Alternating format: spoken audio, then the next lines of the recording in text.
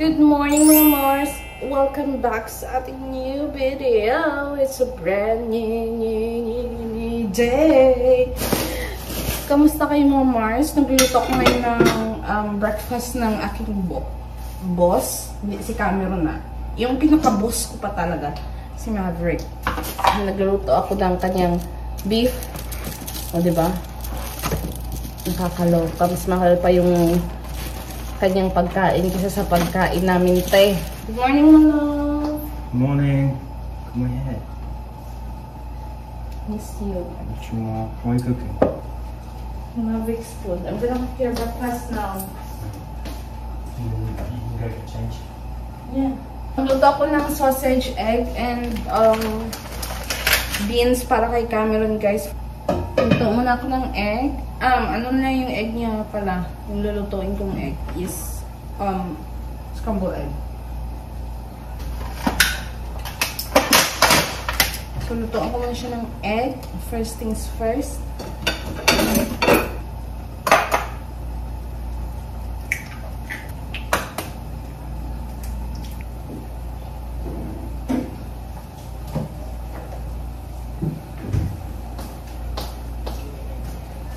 Add milk.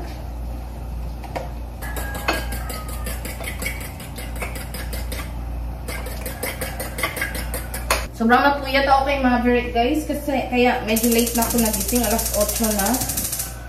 Kaya late ko na din siya na ano ng pagkain niya.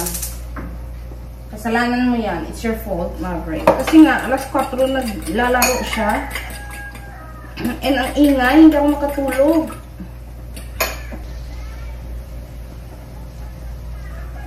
Ayan, sausage, egg, hotdog, egg, and bread yung lulutuin ko sa kanya, and what do you call that? Beans.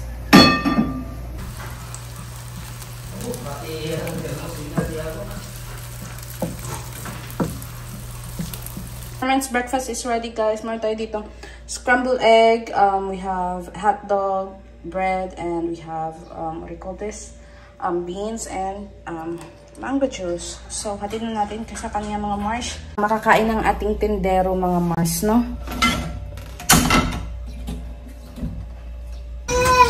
So, ayan guys yung ating tindero. We already give his food. Kimala, really, big breakfast. All day breakfast. For a big day.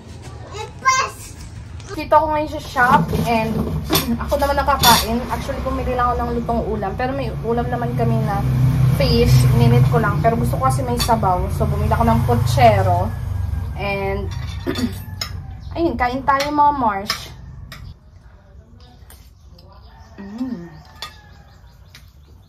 Yummy. Ang aga ni Cameron bumukas lagi. Like, wala pang alas 7, bumubukas na siya.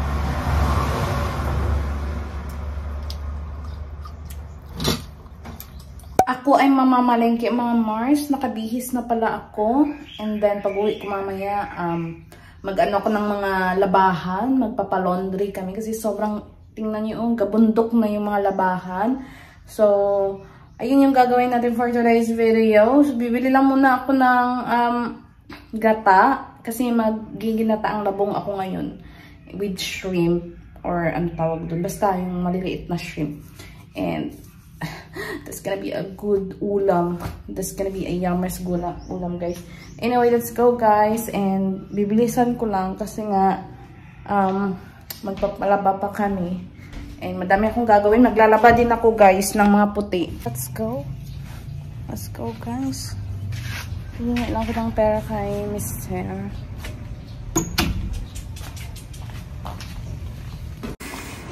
Hi, my love. What you been doing? Doing the books. Huh? I'm doing the books. So, any sales? Huh? Any sales yet? No, not yet. Maybe we should open 8 o'clock. Yeah. So I don't like waking up early. I don't know why you really wake up early, like Just 6. in case anyone, before they go to work, they have a problem. With their bike, 7:30. 7:30 to 8. Yeah, 7:30. Yeah. So I can have a shower. Yeah. So I would get out of bed and then come straight here. Yeah. So, I'm going to market now. Nagbabantay na ako ng tricycle. Kanina pa ako dito. And then, ang tagal-tagal. Yan na, tricycle. Bye, my love. Bye, my love. Dalipi nang. Bye-bye, Lily. Bye-bye. Bye na ako mga Marshi. And bumili ako ng isda. Ng kalahating patay and manok. Yarn. Bumili ako ng panglabong. Ito ay okra and saluyot and labong, of course. Bumili ako ng gata. Yan. And bumili ako ng ano to, brush pala kasi maglalaba ako mamaya. And sayote para kay Maverick, kalabasa para kay Maverick, and sibuyas and kamatis. So, yan. Magluluto na ako ng ulam first before ako maglaba para later, you know, hindi na ako maglalaba pa, no? Hindi na ako magluluto pa after laba ko kasi nga baka mapagod ako. Ayusin ko lang muna to lahat, no? Para you know, hindi magulo dito mga kumars. Kasi ayaw ko magluto na super, you know, magulo. Kaya ayusin ko na to and maggasan ko muna yung plato. And, magluluto tayo ng labong. Ang tala yung aking andito sa kusina kasi nga nagpalaba kami. Anyway, fun. Before pala tayo maglinis, habang nagliligpit ako dito, maglaga tayo ng labong para pagkatapos kong magligpit dito sa kusina, pwede na natin siyang lutuin, guys. Kumukulo na yung labong ko. 10 minutes. Yung iba sa inyo sinasabi, dapat pinipiga, ganun.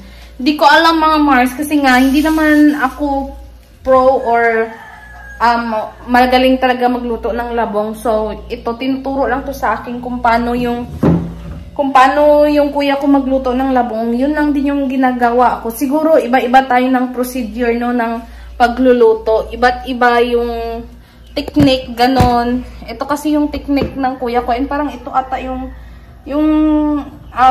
traditional na pagluto dito sa amin sa Antique. Slice na ako ng bawang, ng sibuyas and kamatis, mga kumarshi.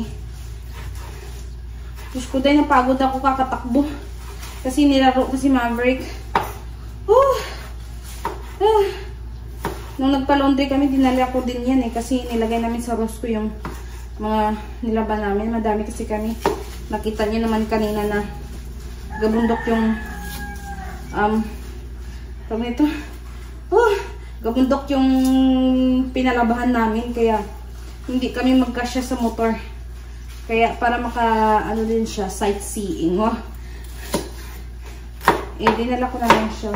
Natin yung sibuyas na ginayat ko and yung kamatis. Ayan. Pakuloan ulit natin hanggang sa maluto ito, mga Mars. Maggaya tayo ng okra naman. Isa sa pinaka main ingredients ng ating laswa. Labong. Comment down below nga kung paborito nyo din ito, mga Mars, itong labong na ito. Papartnerin ko ito ng pinritong galunggong mukhang mapaparami na naman tayo ng kain nito. Sira na naman ang diet. Wow, akala mo naman nagda-diet. Hindi pala, wala pa sa bokabularyo ko yung diet na yan, mga Mars. Ito naman tayo sa saluyot. Pampalapot. Pampalaway.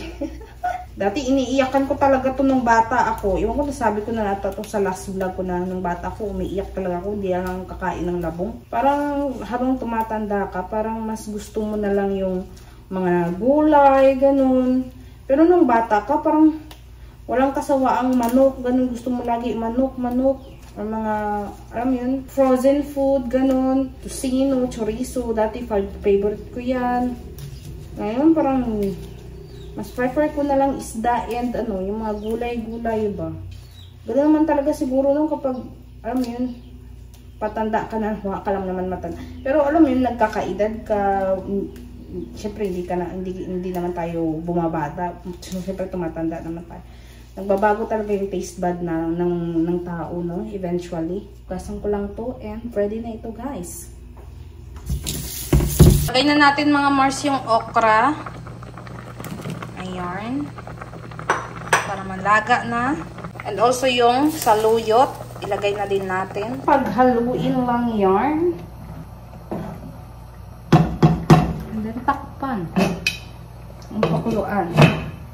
Anyway, linisan ko na pala yung mga Mars yung ating shrimp. Natanggalan ko na yun ng mga bigote. And pag nakuluan na ito mamaya, lagay na din natin ito. No? So excited.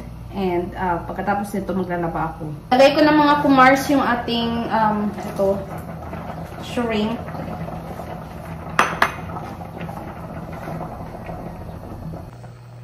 Yan, yummers. Maya-maya, ilagay na natin yung ating coconut milk. Di na pala ako magsasaing mga Mars kasi may kanin na dito. So, magpiprito na lang ako mamaya, no? Magpiprito na lang ako mamaya and wala na akong lulutuin pa na lunch ni Cameron. So, yung gagawin ko na lang, maglalaba. It's time na ilagay yung coconut milk sa ating labong mga Mars. Ayan, nabili ko itong coconut milk ng 35 pesos. Pigaan siya. And fresh pa. O diba? Fresh from the farm. Halo-halo lang. Halo-halo. After yung ilagay yung gata, i-season nyo na yan sa, nais yung timpla. Depende yan sa inyo, no? Kaya ako lagyan ko na asin and magic sarap. Kasi gusto ko. And kung gusto nyo asin lang, okay lang din naman. So, depende yan sa inyo guys. Depende sa trip nyo guys.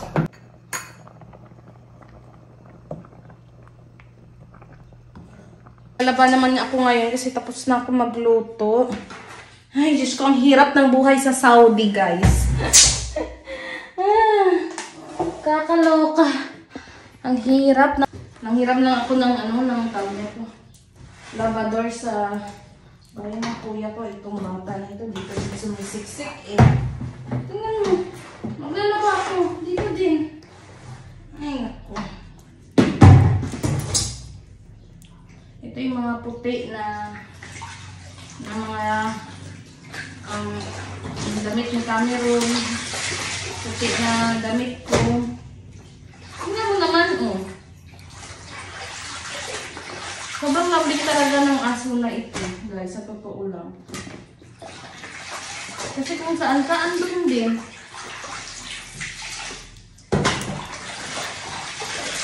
Maverick, no! Mga panty. Kasi yung mga panty ko, hindi ko yung pinapalawin ko. Kasi diba, nakakahiya naman kapag... Tignan mo! Gusto mo pa... Ay, naku, Maverick. Ay.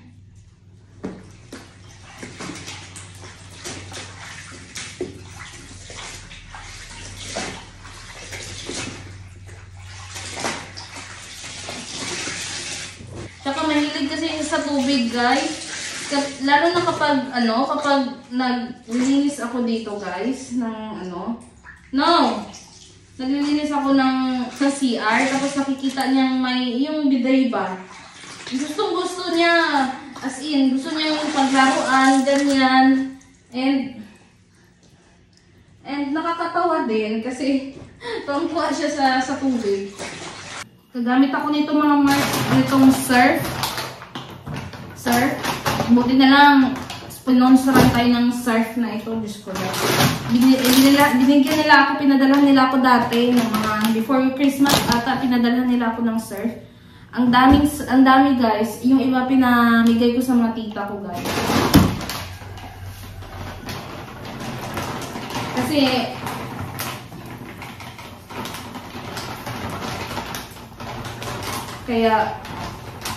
and hindi ko masyado nagagamit ko kasi nga di ba nakapalaundry kami. Hindi pa ako tapos maglaba. And sakit na ng likod ko.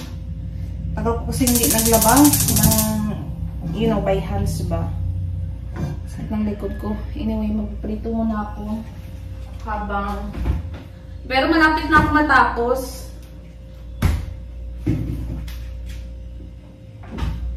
Malapit na ako matapos mga Mars. Mga, ano na lang yung mga ilang pirasong, tawag nito, ilang pirasong medyas na lang yun. Magpipirito muna ako. And then, wala nakasalang yung prito natin, ilaban natin yung mga medyas na natira. Malapit naman na ito.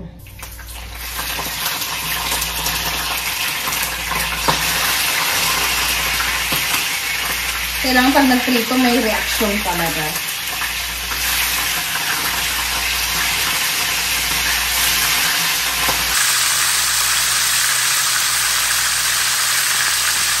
Yung aking ano, ewan ko bakit namumuo siya, yung gata.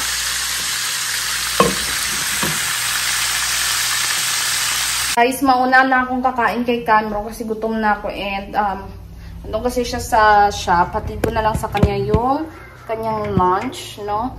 And niluluto ko pa naman kasi yung kanyang pagkain. Okay, taste test natin itong ating labong. Labong. Ayun na tayo mga Mars. Pritong isda and labong.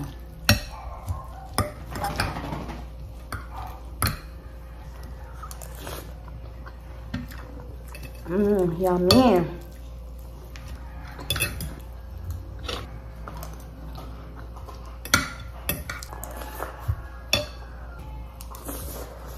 Hindi na ako makapagsalita guys kasi ang sarap. Speechless ako. Eating now.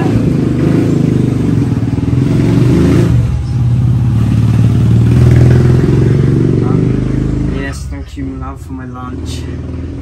What are you doing here? No worries for my hardworking everything. No worries, everything I will do for my hardworking husband. What are you doing in the house? I'm doing laundry, washing clothes, the white ones. Okay, good job.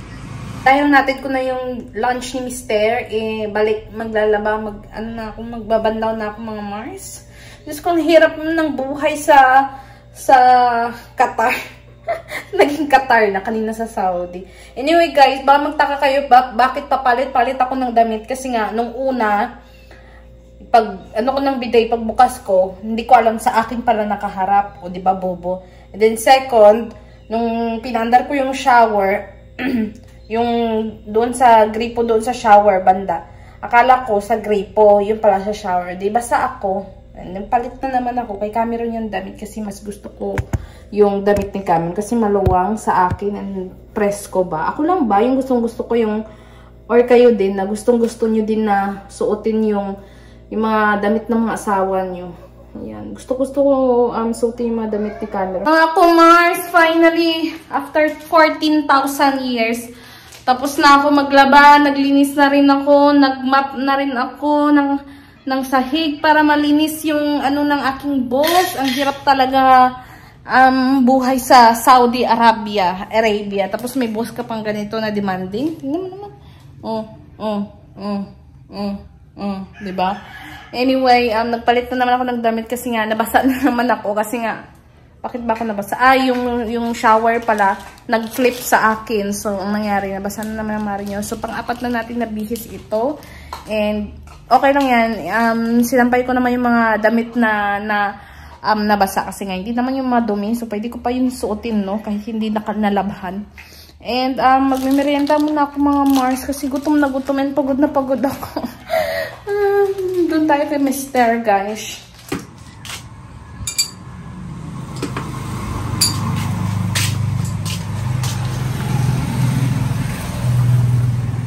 May customer pala tayo Where's Ray? To fix the wheel in the welding shop.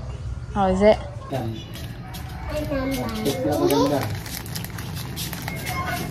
Want some?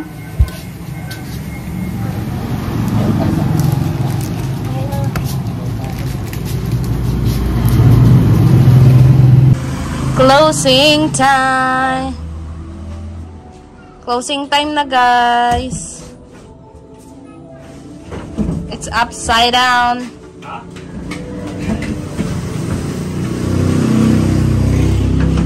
Magsasarado na kami, guys.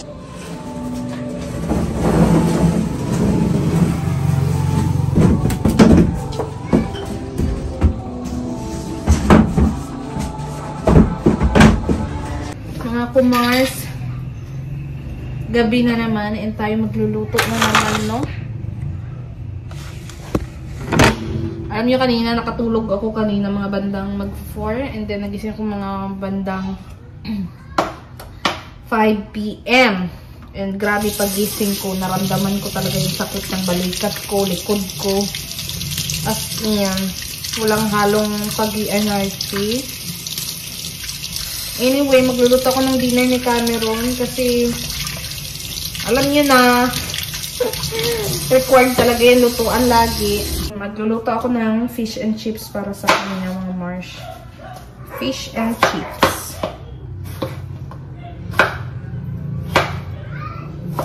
Malapit na yung fiesta dito. Kaya sa gustong mag-fiesta, guys, bukas ang bahay ng aming kapitbahay. Nagsasarado na sila Cameron and yung kuya ko doon, guys. Maya-maya dito na yun si Cameron. My husband is very hardworking, so he deserve, you know, a good food. What? He deserve a nice meal, nice dinner. You know what I mean? Hindi yung pagod na nga yung asawa mo sa trabaho, tapos tatalakan mo pa. Diba?